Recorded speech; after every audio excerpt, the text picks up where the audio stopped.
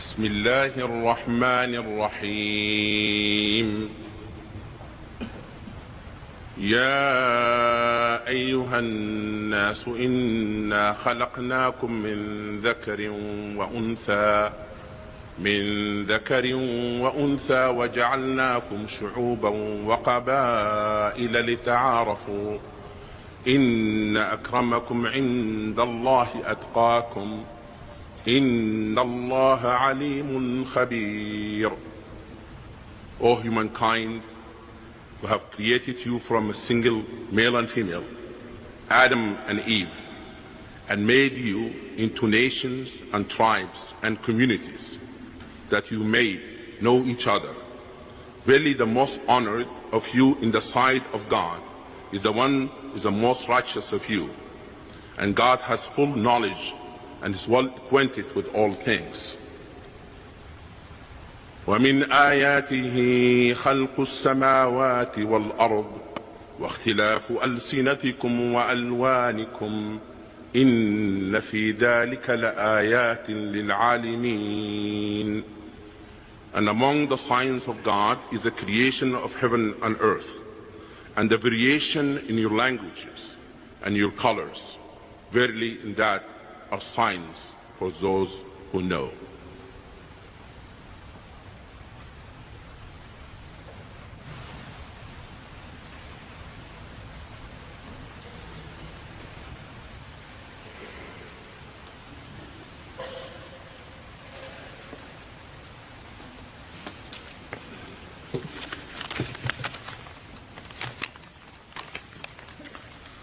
The reading from the Quran's first surah, Surah Fatiha.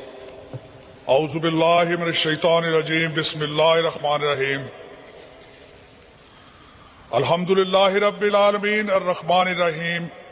Maliki yawmiddin. Iyyaka na'budu wa iyyaka nasta'in. Ihdinas siratal mustaqim. Siratal ladzina an'amta alayhim ghayril maghdubi alayhim waladdallin. Amin.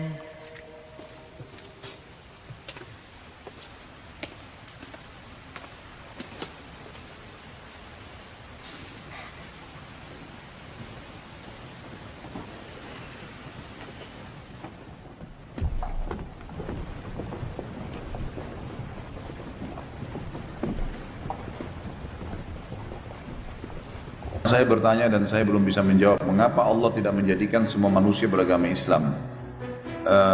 Aku jadi kasihan nantinya masuk neraka. Tentu saja Allah subhanahu wa ta'ala memberikan fasilitas buat kita, akal, hati, dan juga anggota tubuh ini untuk bisa beriman. Ingat satu kalimat saya, ibu jawab kepada anaknya begitu. Allah tidak ingin hambanya kafir. Enggak, Allah tidak mau orang kafir. Tidak ada orang kafir. Buktinya Allah turunkan petunjuk kan? Allah turunkan kitab, Allah turunkan utus nabi untuk mengingatkan orang-orang kafir tuh. Yang sudah patuh sudah, tinggal jalankan. Untuk apa diutus para nabi? Untuk orang-orang yang kafir tuh, supaya mereka tarik kembali. Yang patuh tinggal mengamalkan isi syariatnya. Jadi sebenarnya Allah tidak ingin orang kafir. Allah tidak ingin ada satupun dari manusia dan jin yang masuk ke neraka. Allah tidak mau. Buktinya, kalaupun dia sudah berdosa 70 tahun, hari pertama tahun 71 taubat diterima sama Allah. Sudah buat macam-macam dosa masih dimaafin. Jadi jawab, Allah tidak ingin siapapun orang kafir, orang dalam keadaan kafir, Allah tidak mau ada orang yang berbuat maksiat, Allah tidak mau ada orang yang masuk neraka. Allah selalu kirimkan sisi lain, Allah kirimkan selalu sinyal Islam. Tidak ada orang kafir yang meninggal tidak sampai padanya sinyal Islam. Ulama sepakat masalah itu. Itu umumnya manusia semua sampai padanya.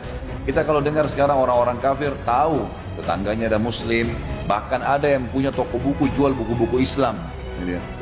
Ada keluarganya, ada temannya, ada banyak informasi bisa dibaca. Tiap saat sampai dia sebelum meninggal pasti sinyal Allah datang, tinggal dia mau tangkap atau tidak. Rata-rata non muslim yang saya temuin, kalau saya bicara, umumnya mereka bilang punya Quran terjemahan. Umumnya, tahu saya juga punya Quran terjemahan. Ada sinyal hidayah, dia mau tangkap atau enggak tuh sinyalnya. Banyak manusia berpikir mungkin akan ada tangan, maaf tanda kutip, turun dari langit menyuruh dia melakukan ketaatan atau meninggalkan kemaksiatan. Ini mustahil. Seperti misal ada orang kita tanya, Bapak Ibu kenapa belum taubat? Iya ya, kapan ya? Kesannya menunggu ada tangan dari langit berhentiin dia. Nggak bisa. Allah turunkan wahyu, kita harus pikirkan, gunakan fasilitas kita. Akal pikiran, mata, ya semuanya, hati ini. Untuk digunakan memahami itu. Orang berbuat dosa, pilihan dia sendiri. Orang buat ketaatan, pilihan dia sendiri. Makanya penghuni neraka nanti di hari kiamat, na'udzubillah, masuk neraka dalam kondisi meyakini memang pantas saya masuk. Nah perbuatan dia sendiri. Allah sudah larang dia dusta, Allah sudah larang dia khianat, Allah sudah larang dia durhaka, misal sama orang tuanya, sama atasannya dan seterusnya. Itu sudah diajarin. Tinggal dia mau patuh atau tidak. Seperti itu. Allahu a'lam.